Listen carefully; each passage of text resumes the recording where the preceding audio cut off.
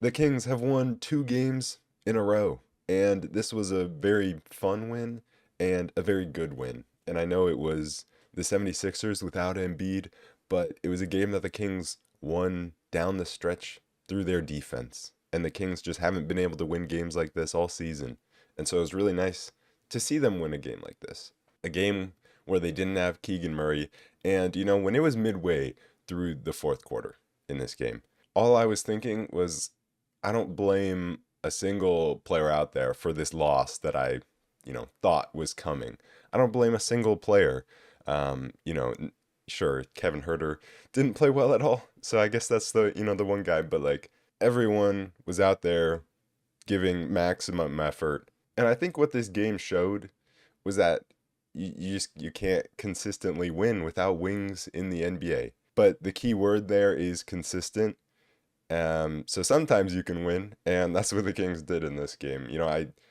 I don't really think that this is a sustainable way to win for the Kings. I mean, you have just like no defensive wings at all. I think the thing that maybe you hope it shows is that if you get Keegan Murray back and you trade for just another wing, then maybe the good things that you saw happen in this game can be elevated just by having a couple of defensive wings on your roster. Because like I said, the guys played well. Almost every player on the court played well in this game. And it was a game where they obviously had to scrap and play differently than they normally have to because they were without Keegan Murray. And, not having Joel Embiid for the Sixers was huge. It helped us a lot. But I'm just happy that the Kings were able to scrap their way to a win. I'm going to probably try to get through this game kind of quickly because if you can't tell, I am sick. So hopefully I can get through this. So right away, let's start off. Keon Ellis starting in place of Keegan Murray. It's a very interesting move. Probably the right move. It was either Keon or Trey Lyles were kind of the logical guys, unless you wanted to go with a Jay Crowder and Isaac Jones, guys who haven't even been playing recently. But we've seen Jay Crowder start, we've seen Doug McDermott start, so I didn't know what was going to happen. But they go with Keon Ellis, and it was the right decision. Keon played 38 minutes in this game. That is cool. That's the most minutes on the team. That's that's awesome. So Keon was matching up on Paul George, and for the most part, that worked when Keon Ellis was guarding Paul George. Because Paul George isn't a guy that's always going to use his size. He can, but that's not the number one part of his game. And so you can kind of get away with a smaller guy, especially a smaller guy like Keon, who is so good defensively. The offense started out just cooking, 4 for 4, everything through Sabonis. And the Sixers started Gershon Yabusele, so they were undersized. And Domas just dominated early in this game. Whether that was through his playmaking, he was getting inside.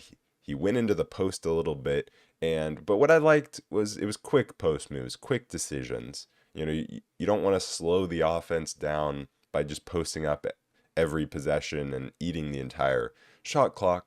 So there were a few quick post moves. But other than that, it was him just either making room for Fox to drive inside, him making room for DeMar to get to his mid-range, or just getting offensive rebounds and parking himself inside and making himself a nuisance, and the Sixers just couldn't handle that. And so the Kings were just going right at the undersized Sixers, and it worked really well. The ball was moving. On the other hand, you have the Sixers trying to then capitalize because they're undersized, but they want to play a perimeter-oriented game without Joel Embiid. And so they want to take advantage and pull Sabonis out onto the perimeter. And so what the Kings did is they still dropped Sabonis pretty deep into the paint. And they kind of said, if Yabusele beats us by shooting threes, so be it. They tried to get side contests on Yabusele or Sabonis closing late on him. But the game plan was just don't give up the paint and just let Yabusele shoot some threes and, try to get contests and the perimeter players, stunt over a little, try to, get a hand up, but like you're living with him shooting. And kind of the same with Kyle Lowry. Like you want those guys to be the ones that are shooting the shots offensively. And actually, the first play, Sabonis closed too quickly on Yabusele and fouled him. And so from then on, he didn't close as quickly, and he was just kind of letting him take those. It was 15-7 at the first Philadelphia timeout. Things were going super well. The Kings were switching a lot on the perimeter defensively. It was working. Even Sabonis was switching onto PG, and all game, whenever Sabonis was switched onto Paul George, he did really well, keeping Paul George to tough perimeter shots or forcing him inside and turning him over. But then things started to go badly once you sub De'Aaron Fox out. And that's because, not necessarily because you don't have Fox out there offensively, like you might think, but it was actually the defensive end, where then you're sliding Keon Ellis over to guard Tyrese Maxey. And so then Herter goes on to Paul George. That's the problem. Herter onto Paul George. And Herter immediately gets caught on 2 screens within like 3 possessions, lets Paul George get open shots. And Herter was just getting cooked out there. You know, it's funny because Herter made a couple defensive plays with active hands, got some deflections, locked up Tyrese Maxey on 1 possession. But it just didn't matter because it's like those were just small moments. And in the big picture, he was just getting absolutely torched by Paul George, and he couldn't make a shot offensively. He got some good looks offensively, and if he would have made those, he would have been pretty much answering right back at Paul George, but he just can't make a shot. And I mean, I feel kind of bad for Kevin Herter, you know? Like, it's not like he's out there giving no effort or anything. Like, he's got zero confidence, and he's on a team where his flaws defensively are super exposed, and he just can't make a shot, you know? And it sucks to watch game in and game out. And so hopefully, honestly, we don't have to watch him much longer anymore. And hopefully he's just sitting on the bench because Devin Carter maybe is coming. Hopefully he plays well.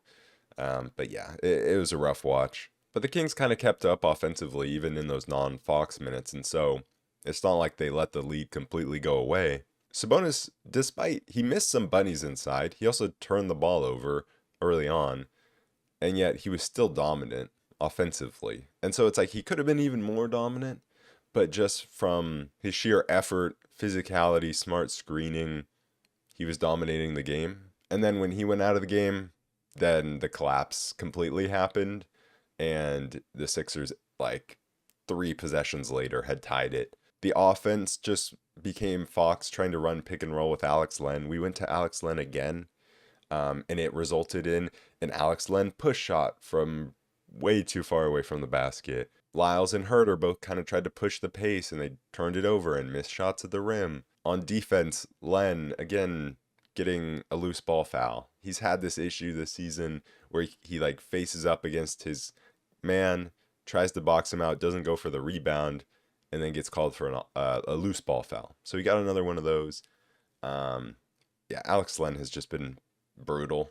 You know, Fox turned it over on the last offensive possession, and then the Kings played great defense on the last defensive possession, but then Keon fouled Paul George as he faded away for 3. So it was just another first quarter lost because we don't have size on the bench, because our guys that are supposed to be good offensive players off the bench just aren't in. You know, Kevin Herter and Doug McDermott played 9 minutes and didn't hit a shot. So just more of not having any depth. And in the second, we started with Fox, McDermott, DeRozan, Lyles, Len. That's brutal. That's a brutal lineup. That's so bad. When you think about the foot speed, just think about the foot speed of McDermott, DeRozan, Trey Lyles, Alex Len. That's so bad. That's not today's NBA, you know? That's just not. When you think about the versatile wings that rule today's game, and that's the lineup the Kings are running out there. That's just so bad. And Fox was the matchup against Paul George. That's not good, you know? And Fox is a strong player, and he can hold his own on switches sometimes. But when that's the primary matchup, bad things are going to happen. And Paul George did abuse that size mismatch. And when the Kings tried to throw bodies at it, then it was open threes. Fox was doing a great job of trying to keep us in it offensively. You know, he was scoring, he was super efficient, but it wasn't enough with that lineup because that lineup is just so bad and nobody else was scoring and they just couldn't defend. I would love if you never had to have three of McDermott, DeRozan, Lyles, Len, Herter out there at the same time. I would love if you didn't even have two of them out there at the same time, but that's just not how this roster is made up. You did have some good moments. They went on a little bit of a run where DeMar hit a midi. Len got an offensive rebound, kicked out to Lyles for three. So there was a little bit of life, just a little bit. But then you had Andre Drummond just putting Alex Len into the post and scoring. And that was when I'm like, okay, I'm done with the Alex Len experiment. If he can't even stop a guy in the post, like that should be the thing that he's best at. Like we can just go away from it. We don't need any more Alex Len here. And the Kings ended up being a minus 12 in the non-Sabonis minutes. In that stint specifically, not the whole game. I didn't like how when Sabonis came back in, it was just Sabonis posting up Drummond. And it slowed down the offense. And that's what I was talking about. It's like you can have these occasional post-ups where he makes quick decisions, but when your entire offense is you're just going to throw it to him and then sit around and wait, it just, even if he scores, which sometimes he does, it just slows down the offense too much. So I'm glad they went away from it pretty early on. Then the Kings started to move the ball more, but it was too much ball movement. It was like guys passing up open shots. And finally, Trey Lyles figured it out. He's like, I need to shoot the ball. So he shot the ball, got into it quick, and he started knocking down some threes. He started the game 3 for 3 from 3, which is key because Herter didn't hit one, McDermott didn't hit one, Monk didn't hit one, Sabonis and DeMar didn't hit one. And that's the thing. Right now, it's like you're relying so much on just a few guys to hit threes because other guys have just been so inconsistent. The Kings actually went into zone towards the end of the second quarter, and it worked. And I would say there are two reasons it worked.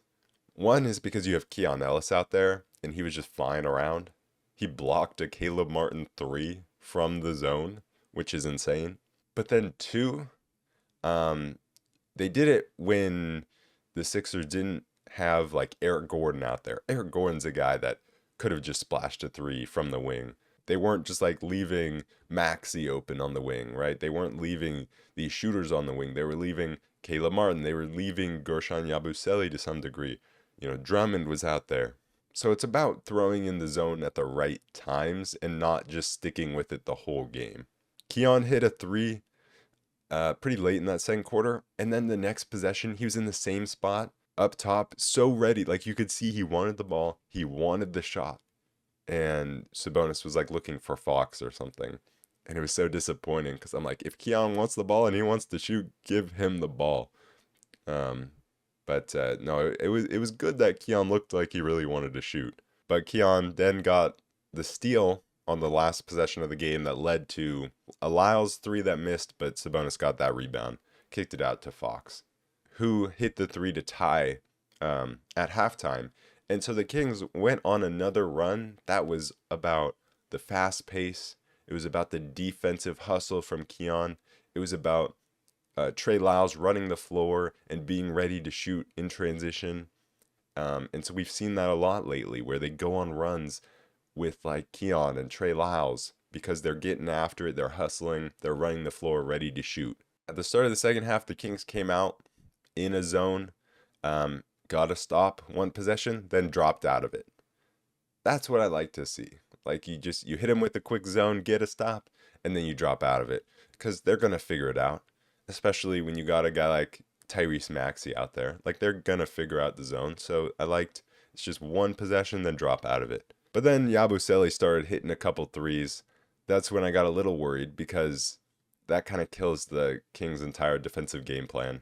Because the Kings' defensive game plan is have Sabonis drop back into the paint, take away the paint, and let Yabusele take some threes. And so if he's going to hit him, it was a little worrying. But it didn't go too far past that. And Fox came out in attack mode, which was huge in carrying the offense. But the offense just got super sloppy. in that third quarter. Guys just mishandling the balls. I mean, the amount of times Sabonis couldn't hang on to a ball or just, threw it away, like it was pretty bad. And that's kind of how he's been since he's come back from this illness. So he's kind of, he missed some layups. He had some really weird turnovers. He's got to get himself together. I don't know. Maybe he's still battling that. But again, it was Keon Ellis making the hustle plays, getting the deflections. Trey Lyles coming in, making the hustle plays. And you had back-to-back threes from Keon and Lyles. And then the Kings tried to go zone without Keon Ellis on the court. It didn't go as well as when Keon was on the court. Another difference is they had Maxey, they had Eric Gordon, they had Paul George. So it's harder to go zone against those guys, but I also think Keon not being out there is a big deal. There were a few times as well where the Kings just went under on Maxey. Fox in the third quarter and the fourth quarter went under. And one of the times the communication was just bad. He's trying to get Lyles to switch and Lyles was late. And another time in the fourth he just went under. And Maxey's gonna punish on those. And the Kings, they just missed a lot of open threes towards the end of the third. And again, just like the sloppiness. Bad post-entry passes, bobbling the ball. Kevin Huerter came in again and was brutal again. And Trey Lyles got a technical to end the quarter because he thought he got fouled in the exact same way Paul George did. So it seemed like we were kind of just heading for just kind of what we've been seeing from the Kings lately. And kind of a game where you can't pinpoint it on any specific person. Not even Kevin Huerter, just because he just didn't play enough, and you can't pin it on one person. But it was just the type of game where you needed some wings.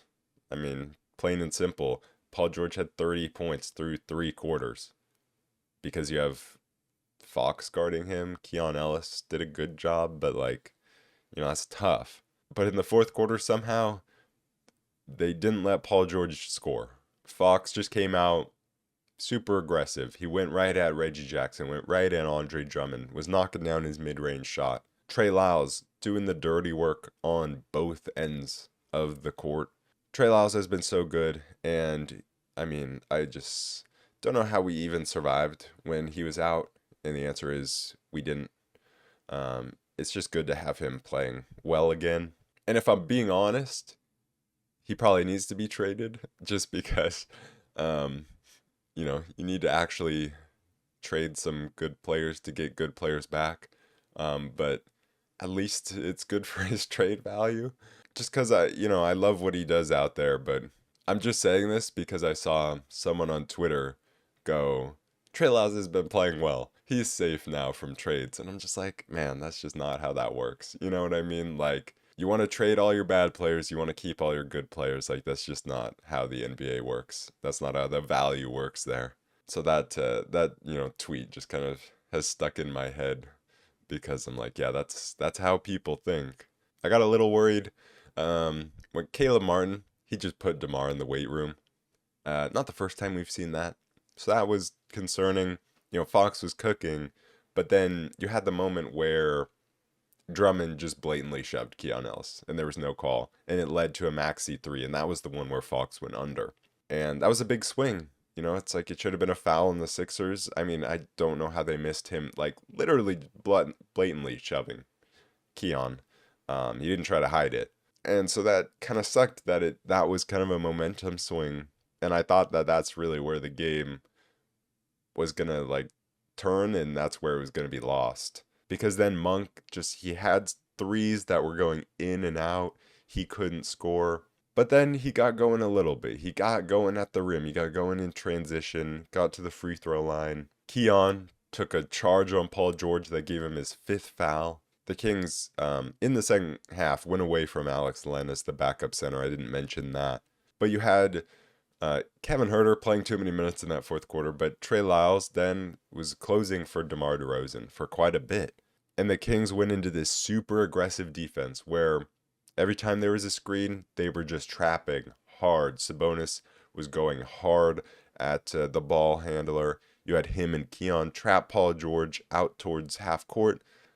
He ended up throwing it away to Lyles. And then DeRozan came back in with 2 minutes 34 seconds.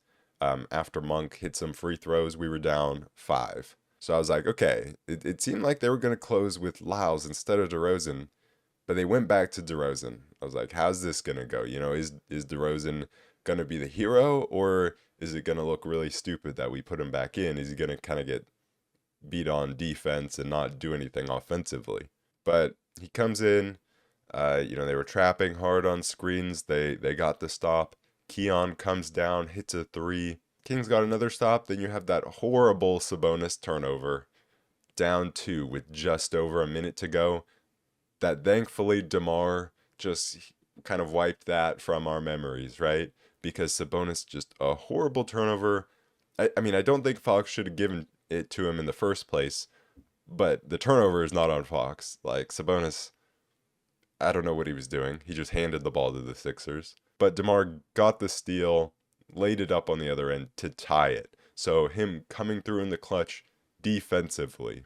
And the Kings were able to get another stop. And then Monk, with 40 seconds, I think, when we got the ball, he pushes in transition. Caught everyone off guard. And Mike Brown would have been so happy watching that play. You know how many times he preached pace, pace, pace in the fourth quarter, stop walking the ball up. He never cared if we were in the lead. Push the ball. So we were up 2. If Monk turns it over there or something, he's looking stupid. But it's what Mike Brown wanted the whole time. And we finally did it after he's fired. He pushed it in transition and forced the goaltend to go up 2 there. And then all I was thinking was, went to a timeout. And I was just like, okay, time to make defensive subs. We have 2 timeouts here. Who are our defensive subs? And I just remember, oh yeah, we don't have any. That's really sad. I'm like, okay, offense, defense subs here. Who we got? Kevin Herter, Trey Lyles, maybe. Oh, that's bad. Literally no defensive subs. We just were closing with that lineup. And it worked out because DeMar, he just, it wasn't even necessarily DeMar's greatest play defensively, but, he was late switching, and that let Paul George get downhill, but he just stuck his hands up, and Paul George just put the ball into his arms, and he comes up with the steal. You know what? We will take it. Also, shout out to Fox. Multiple possessions down the stretch, denying Maxey the ball.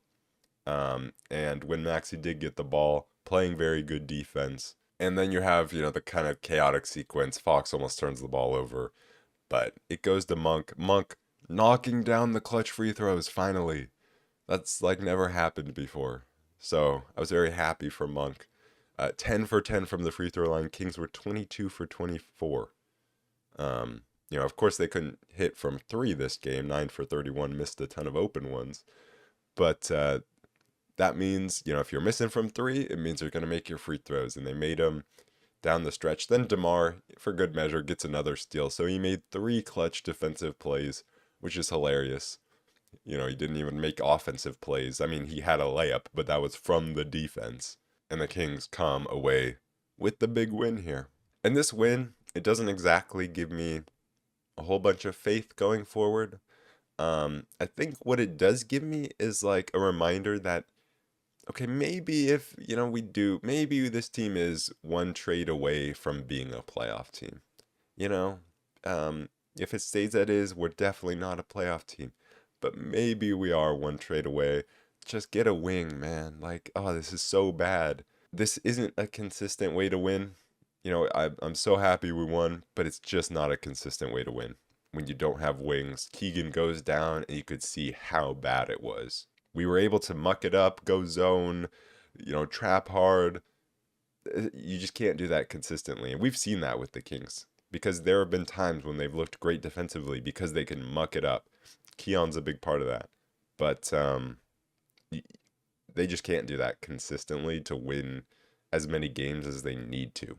Looking at some individuals, we got Sabonis, 17 points, 21 rebounds, 7 assists, 7 turnovers. he had very dominant stretches of this game, but also just looked off as well, missing around the rim and turning the ball over. But he still was super impactful and super positive in this game. And I mean, you could see it in the way the Kings played when he was off the court. It just did not look the same.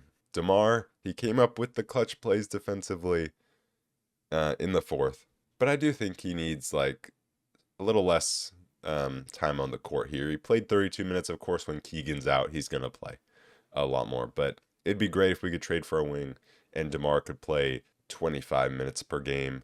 Because I think what I loved about this game from him was there were times when we go to him within the flow of the offense and he's just able to get us a bucket. But you could also see the times when you had the 3-point shooting and the defensive hustle of Keon Ellis and Trey Lyles running the wings, and that was a big part of the Kings' runs. So I think there definitely is a place for DeMar to make a positive impact on this team. It's just I don't think it's in his current role. But he had a solid game with 18 points, 7 for 14 from the field. Fox with 37 minutes, 13 for 16 from the field, 2 for 4 from deep, 7 for 8 from the line.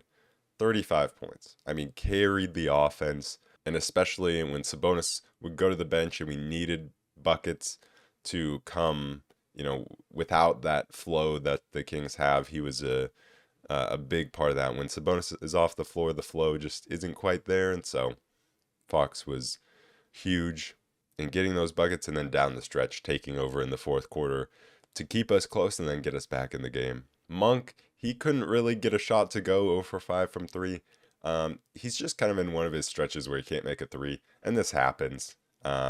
He goes through these stretches. Him and Lyles, like they're streaky 3-point shooters. In not like a game to game fashion, but like in a week to week type fashion, or longer even. So he's in a bit of a drought here, but still made a pretty positive impact with getting to the rim. 10 for 10 from the free throw line is huge. Pushing in transition late, which I loved. Wasn't a massive negative defensively in this game, which was, hasn't been the case recently. But 20 points, 6 assists for him. And then we have Keon Ellis, 38 minutes, 3 for 8 from 3. He missed some open ones. It could have been an even better game from him, but I like the way he was just shooting the ball. 9 points, 4 steals, 2 blocks. Just, he's so fun to watch defensively.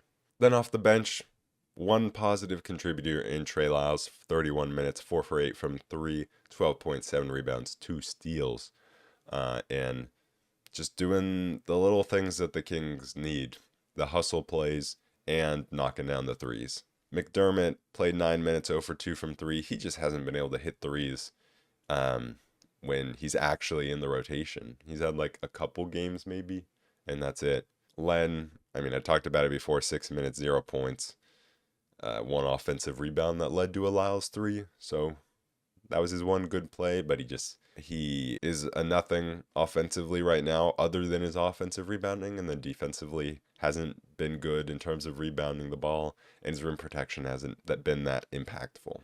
And then you have Kevin Huerter, 18 minutes, 1 for 8 from the field, 0 for 3. Missed just some open shots, got burned defensively, just a super rough game from Huerter. Kings just need more bench players that make a positive impact, and right now they just don't have it. Kings' next game is Friday against the Grizzlies. I believe the Grizzlies will be without Ja Morant. Yes, they are without Ja Morant. I mean, I don't understand how the Grizzlies do it. So many injuries.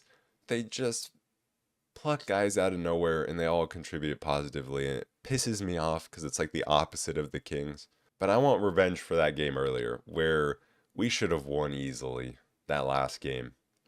Should have won easily. Should have been a big win streak for the Kings after that Houston game that we won.